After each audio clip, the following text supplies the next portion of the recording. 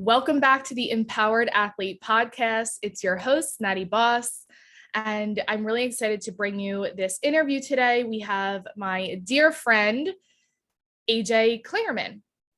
She is a brown belt in jiu-jitsu. She is co-owner of the Roll Model Grappling Academy, and she's also the head role model in charge.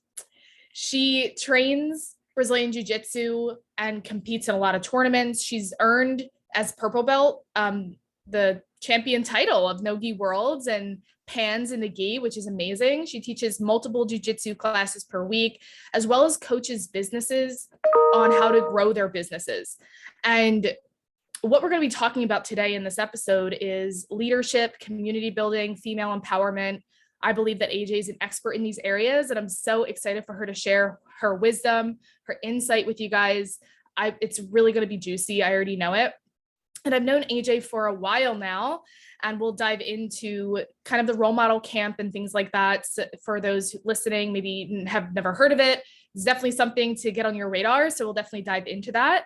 And before we dive in and introduce and welcome AJ, I just want to thank, of course, my business, Body by Boss, because they are sponsoring this episode and they're sponsoring this podcast. And Body by Boss is my company whose mission it is to create empowered athletes using a holistic approach that encompasses mind, body, and spirit.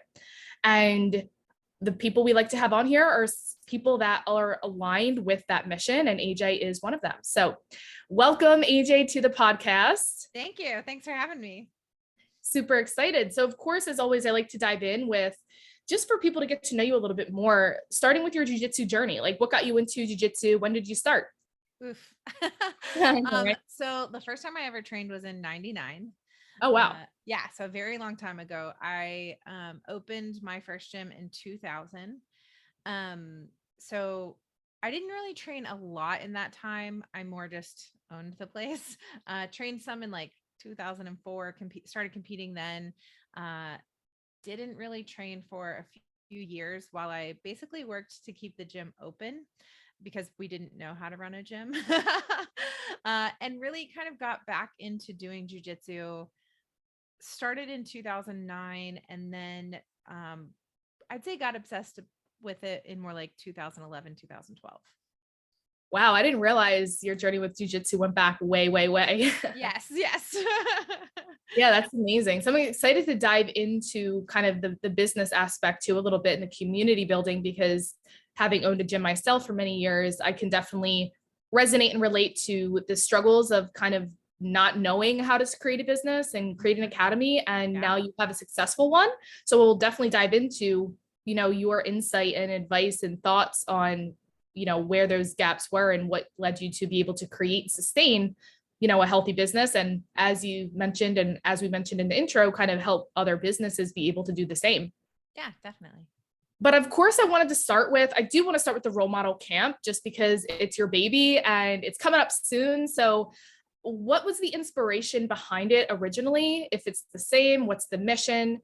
And I've been to quite a few camps, but in your perspective, from your eyes, what do you feel, or how do you feel it's evolved over the years? Yeah. So inspiration, we'll start there. I went to Rachel Casillas's first camp that she held at her gym. I don't know, 2014 or 15, and loved it. And I was just like, I want to do something like this in Indiana. Just that's where I'm from. That's where my gym is. And so I was like, let's do something at our school. And so we started, it was like my friends teaching. So I think maybe Nikki Sullivan taught at the first one, and Julie Kedzie, and, just a few of my friends like from around. I'm not even sure we had a black belt there yet, because that's, Rachel obviously taught. Rachel's actually taught at all of our camps. And so at first it was just like, I just want to bring women together here. That's kind of how it started. And that's really what it was for several years. It was just a small camp, maybe 50 to 60 women on the mat for the weekend. And we do just like a little bit of extra things. Like we added yoga. We would do like a dinner together, just kind of a little bit of stuff. And then 2019, it blew up. That's the year we had Emily Quacken. So we went we sold out in January and added 10 spots, sold out again, added 10 spots, sold out again. And I was like, okay, we're going to have to find a new location. So we found a new location, and then that was just at like a high school gym. It was still kind of that, mostly just the jiu-jitsu portion.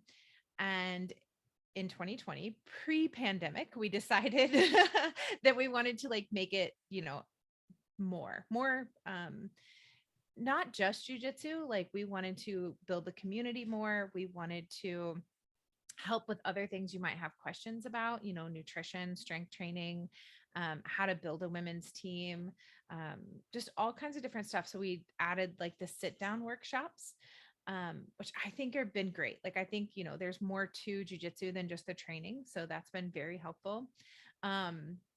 Yeah, so I think that's kind of how it started and how it evolved. Now we are the largest women's only camp in the world, with about 250 women in attendance.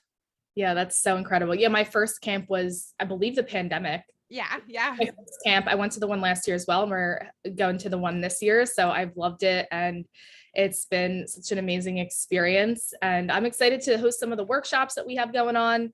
What I'd love to kind of ask you is, what's your creative process in creating camps every year?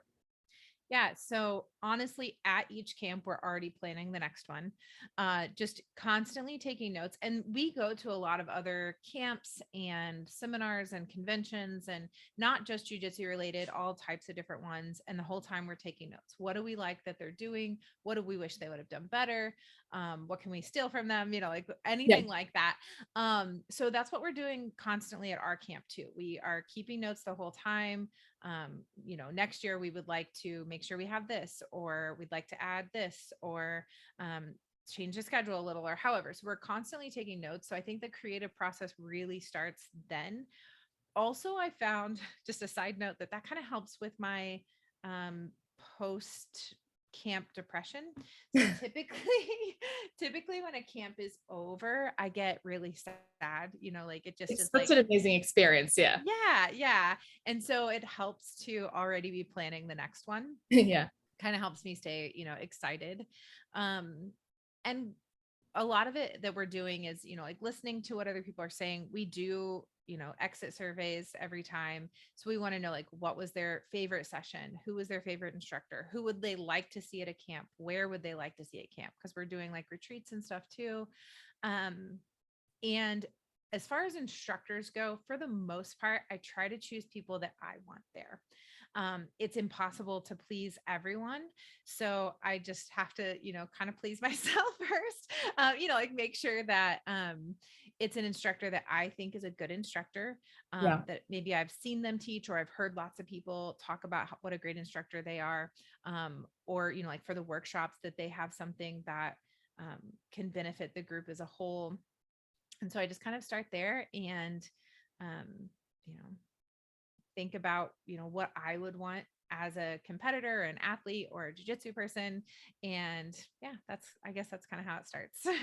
And that's not a bad process to filter through, right? Because chances are, if you like something or desiring to learn something, there's going to be at least one other person that, has the same thought. And that's how it is usually. So it's not a bad idea to kind of benchmark off yourself and kind of ask, what do I like in a camp? What would I like to see? And, you are the leader in that stance. So people will follow suit and trust, what you decide.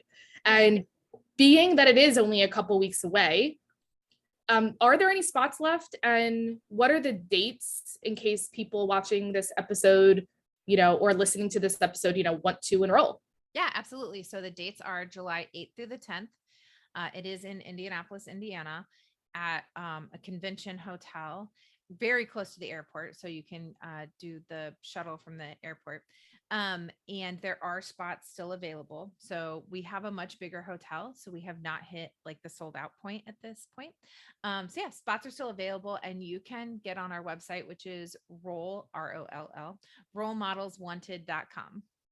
And I'll make sure to put that in the show notes for sure, so that you guys can check it out. Highly recommend going.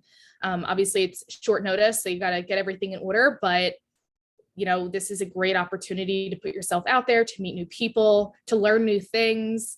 and to just have this experience. So many women desire to have that connection, desire to have community where they feel that they might not be getting it in their local environments. And so that's where I think is the beauty of these camps is, you know, to be able to connect with other women and find like-minded women that maybe you're like, wow, I didn't realize this even existed in this sport because I'm so used to like my small circle of what is available to me.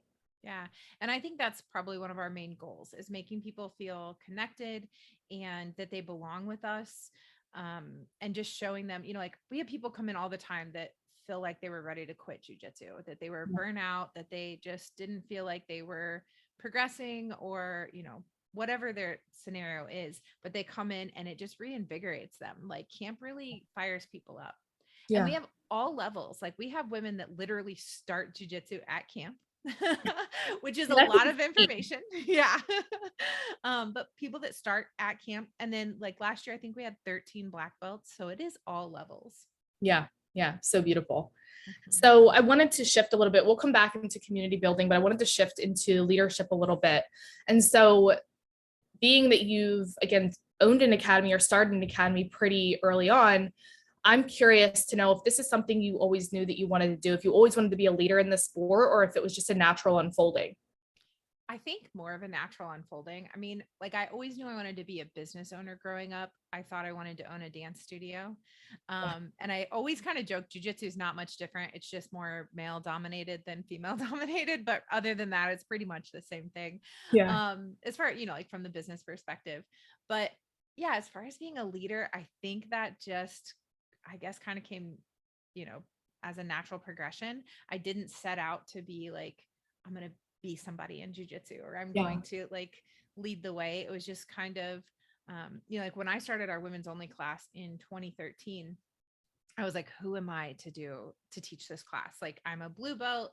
You know, I didn't feel like I should be the leader, but there wasn't another leader. So it was like, okay, I'll teach the class. We'll teach very basic stuff and just kind of start there. So I love that. We're going to dive into that concept a little later because that hints a little bit to imposter syndrome, which I work a lot with athletes with, and a lot of it comes up. So we'll definitely dive back into that because that's a really important concept to address, especially when there are so many women that have reached out being like, I'm a blue belt. I want to teach a women's class. You know, I don't know anything. Like, how am I going to do this? And so we'll definitely dive into that for sure, because any insight that you have to offer those people, you know, is definitely going to be of value. But I'd love to kind of shift into, because many athletes in this sport really desire to step into a leadership role, whether it's coaching, whether it's owning an academy. What do you feel are the top skills or traits needed to become an effective leader? I think the number one thing is just caring about the people. You know, it's it should all be about like building relationships and kind of loving people where they are while also pushing them to improve. Love. So yeah, you know, like everybody's going to have a different you know, you're going to have your like hardcore athletes, you're going to have your people that are, you know, in there for self-defense or just for fun, or you know, like there's going to be all types of different people there. So I think like as far as being a leader is you have to love them where they are and respect whatever their goals are or their situation in life or anything like that, and just work with them to help improve. I love that. Yeah, I love that so much. It allows for people to feel included and not feel like they're less than because maybe they're not wanting to be a high level competitor, right? And getting that Right. like teacher's pet treatment. Right, exactly. Exactly. So, and you know, also like part of caring for them is kind of keeping in touch with them, you know, Yeah. whether that's, you know, through social media or emails or anything like that, but also just like if you haven't seen them in a week or two, like reaching out, like, hey, are you okay? I haven't seen you. And just making sure that they know that you care. Yeah. Yeah. I love that.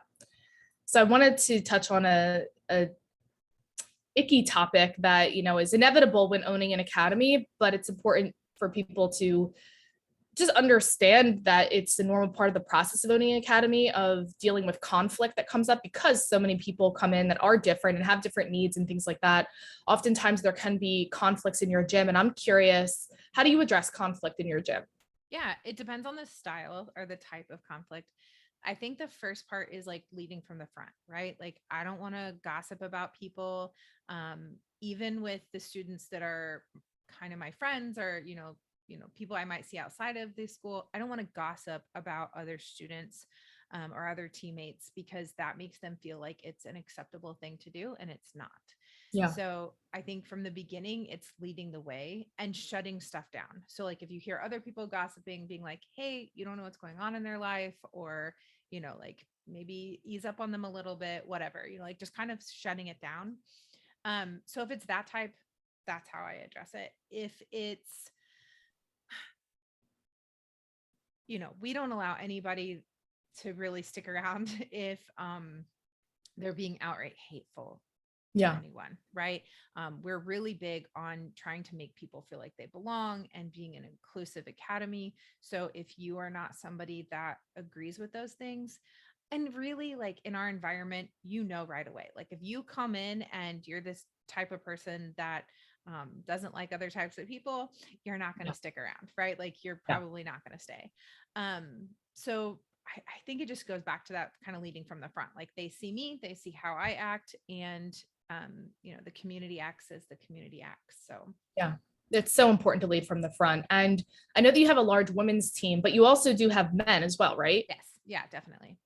So is there a specific way that you address conflict or things that come up amongst men and women? Yeah, like from a relationship standpoint. Yeah. So we used to have a rule in place that coaches couldn't date students. And eventually we decided that that might be a bad idea, only because then if they were dating, it was a secret. And if it was a secret and the woman, if there wasn't the student, okay, if the student wasn't comfortable, sorry, if the student wasn't comfortable, then Dogs are welcome here. hey, thank you, thank goodness. But if they weren't comfortable, they wouldn't come to me and tell me because it was supposed to be a secret. Can I put him out real fast? Yeah. I'm so sorry. Hold on. No worries. Come on, Bubba, outside. So as she's putting her dog up, this is such important insight to consider, right? Like the more that we allow things to happen and be more inclusive, the less secrecy there is, which is amazing, because the less secrecy there is, the more comfortable people feel. She's back. So sorry. Oh, no worries. But yeah, so that was one thing that kind of helped. And then other things, like we have had partners split up, and then it's kind of talking to each of them, like, what are you comfortable with? Sometimes one partner will train Tuesday, Thursday, and the other Monday, Wednesday. Yeah. And it's just kind of, it's still on that individual basis, Yeah. it's how can we help with people here if someone was in the wrong. Yeah. Like I have kicked out, I think 3 guys now for beating their wives. And we've been open 22 years. So that's 3 out of 22 years, whatever. Yeah. But yeah, like I'm not going to teach somebody to be a better fighter if they're going to use it to beat their wife. So 100%. Yeah. yeah, exactly. So I think most conflict is dealt with on an individual basis. And I'm not afraid to like pull people into the office and be like, your behavior is unacceptable. If you cannot change it, you cannot stay. Yeah. So I think that kind So of important that you can speak to that with conviction and not get caught up in what are people going to think of me, or a lot of that insecurity that can sometimes come up when addressing and confronting and having conversations. But it's so important that if you are choosing to become a leader, you got to get over that shit. Yeah, like you have to lead from the front. You have to learn how to communicate. You have to learn how to express these things. If you're trying to create a culture, again, like you said, leading from the front, it's up to you to set those boundaries and to have those conversations, which absolutely suck. They're not comfortable conversations to have, but you need to set the tone so that people can feel comfortable. Absolutely. I want to know that everyone in my academy feels safe in my academy. Yeah. So if there's somebody that is disrupting that, then, I have to have a serious conversation with them. And if they can't change it, they can't stay. Like, I have to know that like when people step in, that they feel safe and welcome, and I can't let anything disrupt that.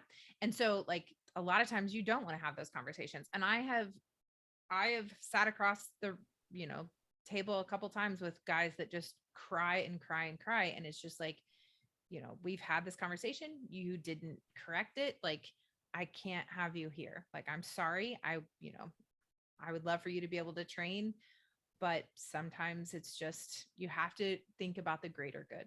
Yeah, 100%. And so the last question I'd love to ask you in this regard is, what are some tips you'd like to offer or share for those looking to step into an instructor role at the academy? Yeah. If you're looking to be an instructor, first of all, talk to your coach about it, right? Like, I think as a coach, as a school owner, I'm always looking for people that want to teach classes. So talk to them about it and kind of tell them what you're interested in teaching. If you're interested in teaching kickboxing or jujitsu, or like maybe you'd like to add a class, like you'd like to teach yoga, anything like that. So talk to your coach first, and then start helping with classes, like help with the kids class or lead warm-ups at the beginning of class or something like that. Kind of that helps you step into the leadership role and helps you start to like get out in front of people and be more comfortable showing the moves, or just talking loud enough for people to hear you, all those kinds of things. Yeah, amazing. I love that.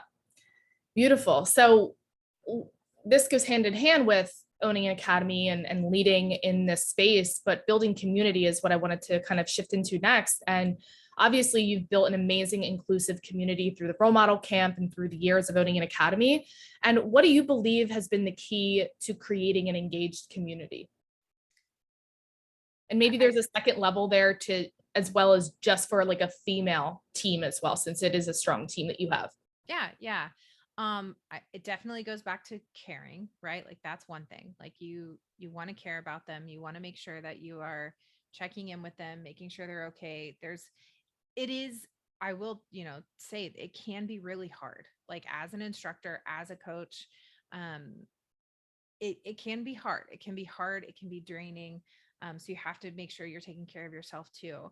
But just being involved with the community and staying in touch. And so finding different ways to stay in touch, like different groups, like our women's team has a Snapchat group. So we can, say, hey, who's coming in to train tonight? Or, hey, we're all going to, this concert, who wants to go? Things like that. So like also doing things outside of the gym.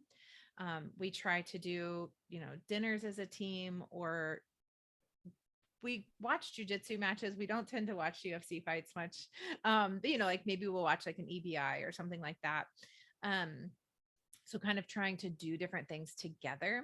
And I think that kind of helps with the bond of it. And, even just like sitting out in the lobby after class, like we have popsicles in our gym. So like maybe we'll just sit out and like eat popsicles after class and kind of just, talk a little bit and, just kind of build that community. It can, like I said, it can be a hard place to be because you're the coach. So you're a friend, but you're also a mentor. And so, it's a tough place sometimes. But I think it all boils down to caring about your people and finding ways to like bring them together. Yeah, I love that. And one of the things that you're really good at and that you integrate in your academy that I wanted to just highlight a second is like that inclusivity factor. And is there any specific, like maybe tangible action steps that someone can take if they desire to have a more inclusive academy, but maybe it's a completely new concept to them and they don't know how to actually make that switch? Yeah. Yeah. So the first thing goes back to like calling people out a little bit. If people are saying things that would make other people uncomfortable if they came in, right? So you have to kind of call people out, like, hey, we don't say that here. Hey, we don't, those aren't words we use, stuff like that. Because sometimes people are kind of quote unquote joking or whatever, but if somebody comes into the academy and hears that, they may not feel comfortable. So it's calling that stuff out ahead of time. And if you're the coach, it goes back to like leading from the front, right? If you're not the coach, then it sometimes takes a hard conversation with your coach, like, hey, I'd really like to invite my friend here, but I'm not sure they'd be comfortable with jokes like that. Like, should I not invite them? Should I send them to another academy? Or do you think that we can like, stop saying things like that? But those are some of the ways to like help make it inclusive. You know, being able to, this is a thing where, you know, like it does take a little bit of privilege from the coach. Like if you're being able to pay your bills and stuff, but like being able to help people in the community, like sometimes sponsoring people that couldn't afford it otherwise, but that really need it. Or, you know, like making sure that you have the proper locker room ability, you know, like, do you have a Yeah. place for people to change? I've been in multiple academies where there's a huge guys locker room and the women are literally changing in a closet. Yeah. So, you know, like having places where, you know, like you feel comfortable changing and, you know, knowing that you can say no to any role, like that's a big part for us, for people feeling welcome, Yeah. because I need them to know, like, they don't have to roll with anyone. They don't have to roll with somebody just because they're higher rank or anything. They don't have to roll with the opposite sex or anything like that. Um, and then, you know, like respecting people's, you know, pronouns or anything like that. Just making Yeah. sure that's a big part of being inclusive. And overall, these are pretty easy things to integrate, which Yeah. is good news because we Yeah. can take those small steps. And one of the things you said that I really wanted to highlight, because it's come up so much in my community among women, is who are, again, instructors or maybe assistant instructors, and they're noticing behaviors and they're not the head, they're not the Mhm. coach. And I'm often brought with situations and scenarios where they feel, you know, uncomfortable talking to the head coach. The head coach could be very old school or, again, seemingly closed-minded, you know, and so like just like approaching that, and there's really no easy way to do that. I think the best way is really just to, again, just express that you don't feel safe or Mhm. someone else doesn't feel safe, and, you know, perhaps even like collabing with them and being like, you know, I'm open to helping make this shift so that we can feel safe. But like, Yeah. have you ever experienced that where there were head instructors, maybe that was brought to the attention, but it was completely gaslighted? Yeah, absolutely. And it is very hard. It's very hard to be able to say, hey, like, I'm not comfortable with you saying that. Like, I know other people aren't comfortable. And sometimes, like, sometimes a coach will be receptive to that because there are times where they don't recognize that they're saying things that, you know, aren't cool. Yeah. And then there are coaches that double down. And because you say something, maybe they push back and, you know, say it over and over again, or, you know, and I think if that's the type of environment that you're in, you need to try and find somewhere else. And Yeah. that sucks because all of your friends train there and you've been Exactly. training, you know, like you got your blue belt there, your purple belt or whatever. And so it can be really hard to like really stand up for what you believe in and say, you know, like this isn't cool. I can't stay in a place where, you know, you're saying these terrible things. And when I tried to tell you that it wasn't cool, you doubled down. Yeah. Or like if the instructors being inappropriate to people, you know, like making, you know, trying to make advancements or anything on the students, and you say something about that, like, hey, I know that you've, you know, been inappropriate with multiple students and they're not comfortable. And, you know, like, so it is hard to stand up to them, and um, it's hard to leave if you have to, but you have to be in a better environment. And I think that that shows that the community can be built the way you want it to be. Like there can be a place for you that is safe, that is Yeah. inclusive. Um, so, you know, you help build that community. And if you can't do it where you are, you find another place. Yeah. That's like something that breaks my heart when like athletes come expressing to me that, you know, they really may want to change gyms because it's not being receptive, but there's this fear around losing friends, Yeah. losing connections, you know, how long they've been. But like one of the biggest things that we have that we support and is a mission with everything that I do is like your well-being always comes first. Yeah. You know, your well-being always comes first. And of course it sucks to start it from scratch, to change, be in a new environment. But if you're mentally and emotionally suffering, how are you actually benefiting from jujitsu? Right. You Right. know? Yeah. Yeah. And I think that like as jujitsu people, most of us are obsessed and we're pushers, right? We're Yeah. always like, you should come try it. You should come train with us. Yeah. But if you're not in a place where you feel comfortable bringing other people in, then that's just sad. Like you can't be like, hey, you should come train with us, even though my coach is a total jerk. Like, Yeah. so you need to find a place that you can shout it from the mountaintops. Yeah. And for those listening who might be in that experience right now, you know, when you're having or potentially going to have that conversation with your coach, I always recommend spitting it to the bottom line, because even if they don't have the ability to be able to be empathic and, you know, really understand and make it from that decision, if they just have to make it from a selfish monetary decision, then whatever, to get your needs met. But like, even bringing it up, like, again, you don't feel comfortable bringing people and shouting, and that's good marketing and promotion that they're not paying for, and they're losing money, they're losing opportunities to bring money in that's going to support them in growing their business, you know, because they don't feel comfortable. And honestly, just having that conversation and being upright, like, there's many people that, you know, you can say, there's many people that I would love to join jiu-jitsu and I think they'd be so beneficial, but due to the environment that I feel that we're in, you know, I just don't feel like they'd feel safe, and I haven't been comfortable and been able to invite them. You know, are you open to maybe hearing what I have to say on some of the things that make me feel uncomfortable? Because if we can make some of these changes, you know, I'd love to invite them to come to a class. Right.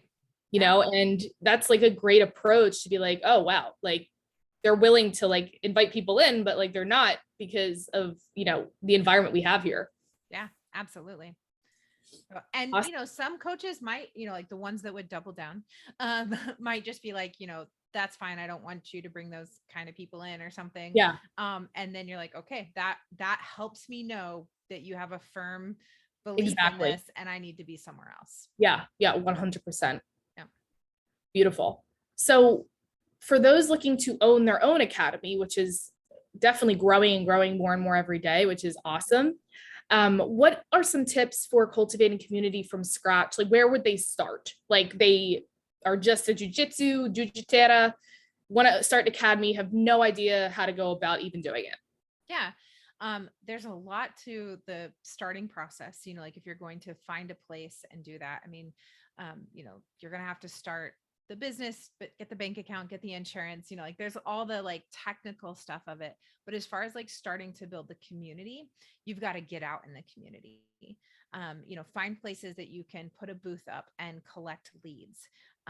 Make sure that, you know, obviously that you're online everywhere, you know, is your Google Maps and Apple Maps and all of that, are you listed in those places so that if people do search, they can find you. Even just starting to do things like, you know, obviously social media posts, but, you know, writing blogs and that kind of stuff to help get the SEO traffic to your academy. Same with like YouTube videos and stuff like that. So there's lots of stuff like that. But I think the main thing is like getting out into the community, introducing yourself, telling people like what you're about. We did a booth this past weekend, trying to bring people into our school. We collected 448 names. Yeah. It was amazing. It was crazy. We were so busy the whole time. Was that in Indiana? Yeah. Yeah. Do you even know there was that many people in Indiana? Yeah, it was a very busy event. So, you know, now we're in the process of like texting those people and calling those people and emailing those people. And for us, we always do a free private lesson and then a free 30-day trial. So that gives them the opportunity to learn a couple moves, particularly learning how to tap. But, you know, just a couple moves so that they feel more comfortable when they first come into a class. And then we do 30 days free. And it is so hard to pass up 30 days free. You know, like you can do a whole month. It's not one class. It's not a week. It's a whole month. And in a month, you're going to know if you want to do jiu-jitsu at our school or not. Yeah. So that's been a really great like way to generate leads for us. And, you know, like maybe you go to some like networking events, maybe you do like a free self-defense seminar, something like that. Just try to go out into the community and try to bring the community in your doors. Yeah, I love that. I love that. That's really, really good advice. Beautiful.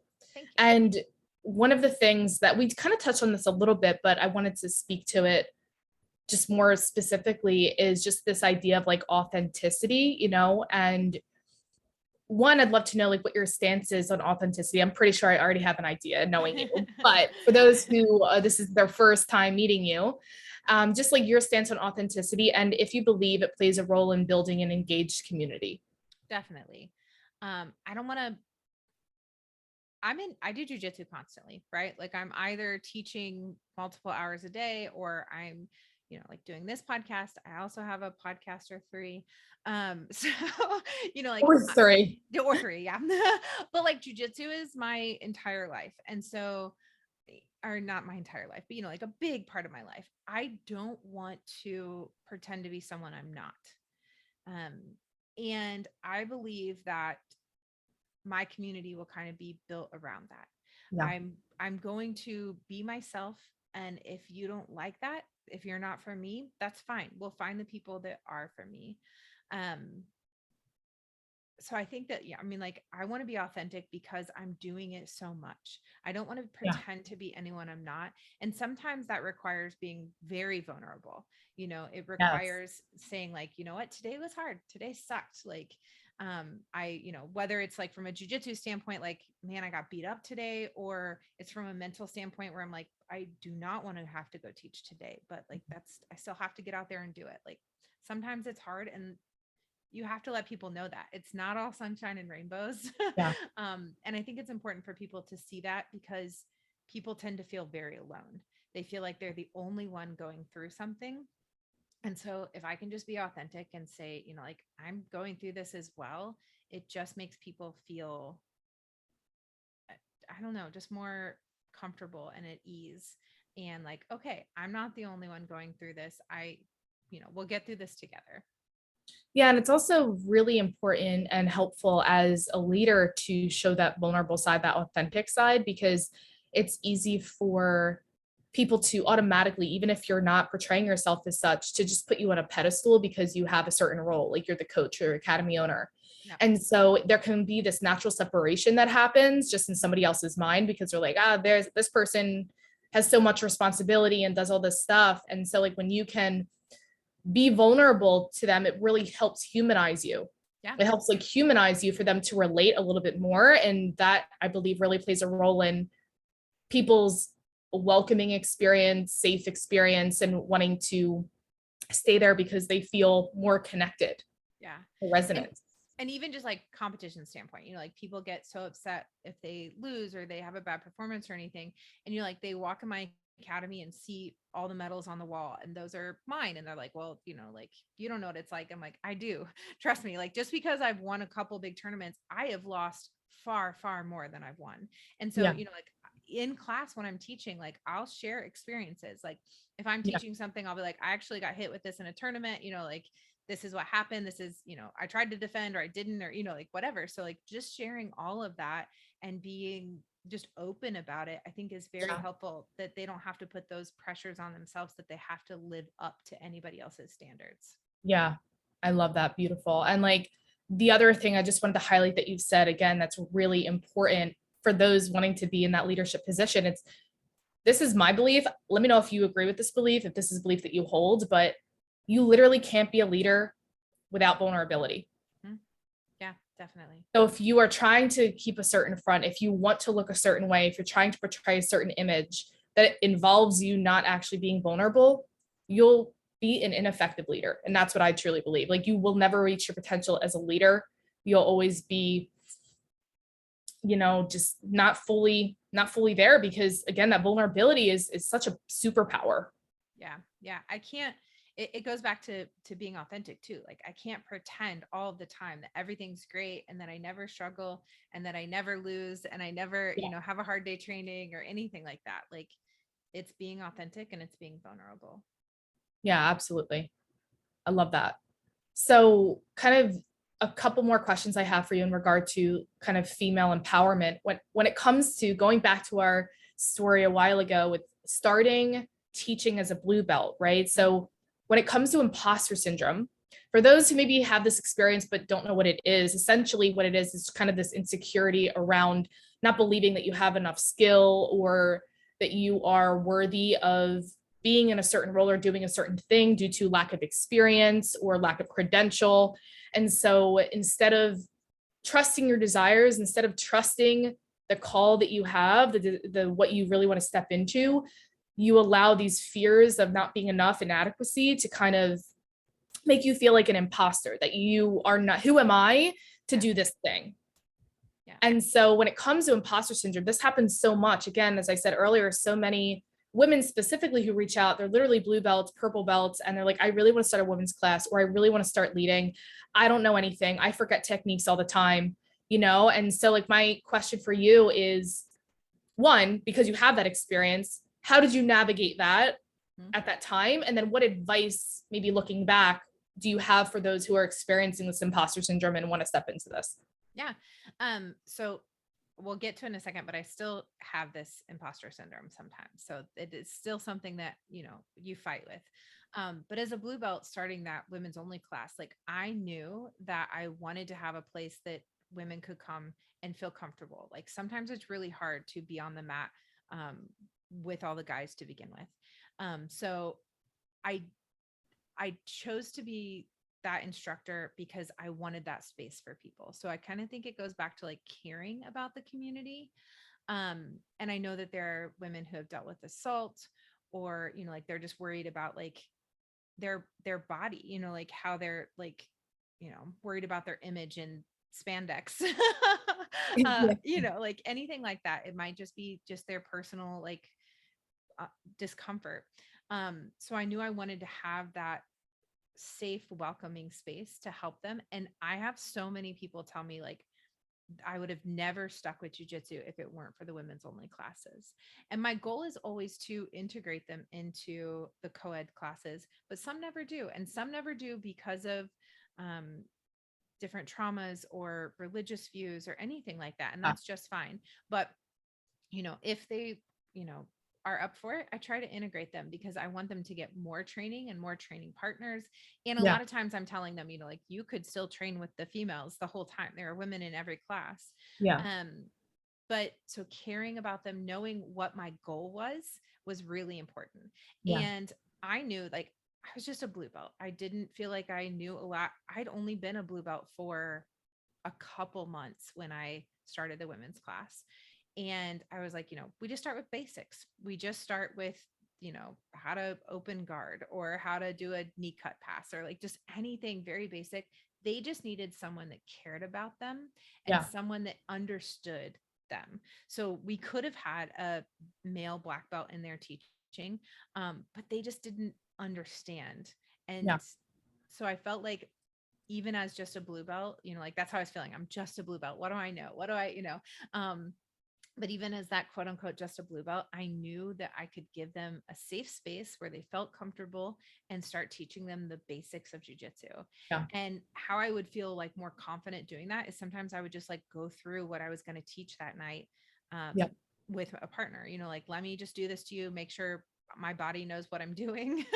And then, my big thing was like, teach a great class, no matter if it's one person or 20 people. Like, it doesn't matter how many people it is, just make sure that like they get a good class and a good experience and just care about their issues and what they want to learn. Love that. And like one thing I'd love to kind of add that you highlighted, you mentioned that I wanted to highlight is this idea of like sticking to the basics. It's so easy to get caught up in like the evolution of jiu-jitsu and all of the fancy techniques that are out there. And that can sometimes, in my experience speaking with women, kind of put pressure on them because they're like, what if people get bored? I don't know as much because I'm only a blue belt. And it's like, those are all those fears and worries that are like irrelevant. People, especially as white belts, are just wanting to understand their bodies. They just want to, the fact that somebody cares and is creating a class for them in a safe environment is enough for most people. And then the fact that you're, teaching them anything is just a bonus. It's important to me that like, it's not just a self-defense class or it's not just a beginner class for us. Like our purple and blue belt females are in there as well. So it's not just the white belts. The women that have been around stick around in that class because they're like, hey, I had somebody that helped me. Now I want to be there helping others.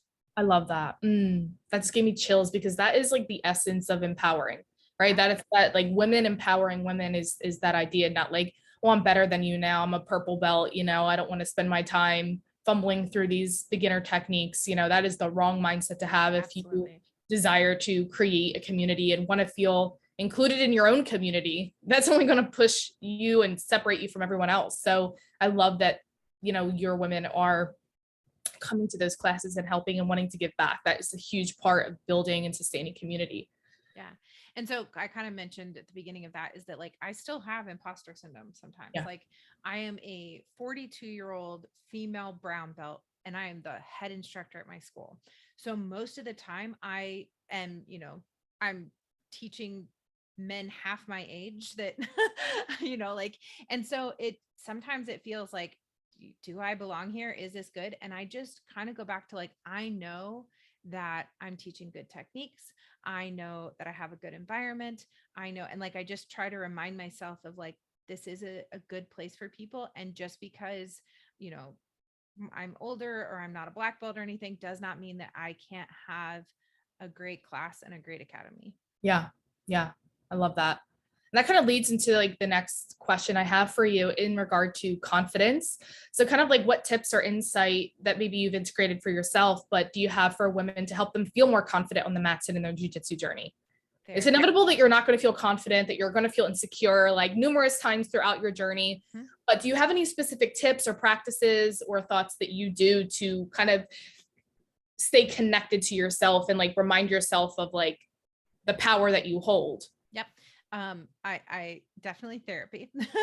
I really like, that's been very helpful. And just like journaling. So, I keep notes of all the classes and I used to, take notes of like everything, I grab their right hand with my left hand or, like I'm, was very specific jujitsu notes. Now it's more like, okay, I rolled with these people. What did I do well? What do I need to work on? And I'm journaling my jujitsu to remind myself of the things that I'm good at and the things I need to work on.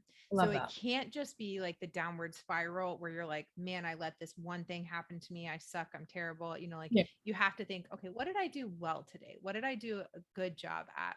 And I try to do that like with all of my life. Like at the end of the day, like, all right, well, how did I win today? What were my wins? Yeah. What did I do a good job with? And then, a little bit of it is knowing like, even if I feel self-conscious about things, how am I helping others?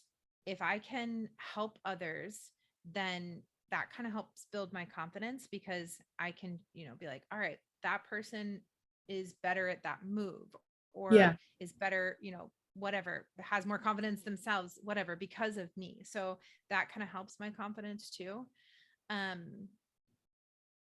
Yeah, I think those are some of the main things. Yeah, I love that tip. And what you're basically speaking to is this idea of service. When you can shift your intention to service, service is such like this universal experience for all of us. We all want to be of service in some way. And so when we can, when we're feeling insecure about ourselves, when we can shift it on another and view it from a place of service, it can help to boost our confidence because exactly for what you were saying. Yeah, definitely. And just like, focusing on gratitude. Like I once heard you can't be like gracious and anxious at the same time. So if I start to like feel anxious about myself or, like my abilities or anything like that, then I just start thinking, well, like I'm very grateful that I'm able to do these things and that I have the time and the means and whatever that is. Like, am I going to be 100% and amazing and, like not all the time, but maybe sometimes. Yeah, absolutely. Yeah, I love that. That's a fun little mantra and reminder. Yeah. And so thank you for spending this time with us. I'd love to kind of follow up and just finish with a few questions. So do you have any current jiu-jitsu goals that you're working on? And if you have a future vision for the Role Model Camp that you want to share, I know you mentioned a little bit about like retreats that you're embarking on. I'd love for you to kind of share some of the things that you're working on in your own journey. Yeah, so I definitely want to get back to a good place with competing. I competed well at PANS 2020. When I tried to do PANS 2021, I was not in competition prep. I was not ready. And so I'd like to get back to a place where I feel ready to compete, and I want to do Masters Worlds this year. So that's one of my big goals as far as like my own jujitsu. Yeah. Right now at my school, we're doing 100 roll challenge for the month of June. And I really like set that challenge because I knew, I teach multiple times a day. So sometimes it's just like, I'll roll next class. And So I kind of needed that for myself to be like, get out there and just roll. I love that. That's cool. Yeah. So then like we just kind of made it a contest. Like anybody that hits 100 will get entered for a free gi, and just kind of like made it just a fun thing for everybody to keep track of their rolls. So that'll help me also get ready for camp, because I need to be in a little bit better rolling shape for camp. A lot of rolling at camp. Exactly. Yeah. There's lots of time to roll. I typically have not gotten to roll much in the past. So that's one of my goals, is to do more than 4 rounds at camp, because, it's a lot of work too. So to be able to get to train some too will be good for me. And then as far as like vision for Role Model Camp, like as far as the indie base camp goes, that's our big one that we have multiple, like 250 women at. So I want to grow that. I want to reach more people. I want just to build that community. And then our retreats, like we did one in Costa Rica in February. It was amazing. We've already started looking at other retreats like that, to where we can also kind of get to know people a little more on a one-on-one basis. Like I love having a big camp, and I try, to get to know as many people as I can, but sometimes it's fun to get to know 20 people for a week or a weekend or something. So that's something that we want to do more of. And then just kind of having like some specialty camps. So I think we're going to plan like an alphabet mafia camp coming up, which is like LGBTQIA people. Oh, okay. Yeah. So just little things like that, where we do some like specialty camps as well. And we want to do more co-ed camps. So, we love our women's only stuff, but we want to do more that our guys are able to do too, because they're always super jealous. Yeah, of course. Yeah. I love that. Amazing. So what is the best way for people to connect with you? And I can put all of this in the show notes. Yeah. So I'm pretty much AJ Clingerman everywhere you go: Facebook, Instagram, anything like that. And then I also have Role Model Grappling everywhere you go. So that's ROLL, but that's what my TikTok is under, which I'm not very good at posting TikTok videos, but I try. And then I have the Instagram and Facebook and everything under that too. Awesome. So I'll make sure I post that up. I'll post the website, the Role Models Wanted, for those who are interested in potentially joining us and registering for the camp that's coming up in a couple of weeks. And then lastly, I'd love to ask, for those who do jiu-jitsu, so far, I think all of our interviewees have done jiu-jitsu, so this is an applicable question. What is your current favorite submission or takedown right now? Submission, I really love what's called a Wild West choke. Yeah, you taught that the other day. Yeah, I like that from everywhere. It kind of is a variation of a loop choke, but that's definitely my favorite submission. I love that. Yes. If you don't know, you got to come to the Role Model Camp and maybe you. Yeah, definitely. Well, thank you for being here. Thank you for spending this hour with us and sharing your journey, your insights, your wisdom. If you have not connected with AJ, I'm sure that you have fallen in love with her over this episode. So make sure that you check her out. If you have any questions about any of the things, feel free to reach out to me. I can vouch for her, and reach out to her. She'll answer your questions. She loves to connect, obviously, as we talked about community building. And if you love this episode, if you learned something from it, if it resonated with you in any way, I'd love for you to share any insights or takeaways that you have. You can tag us on Body by Boss LLC or Role Model Grappling, which is the Role Model Instagram account. And we would love to hear what you learned and what you wanted to take away from this. So thank you everyone for tuning in, and we will see you in the next episode. Bye.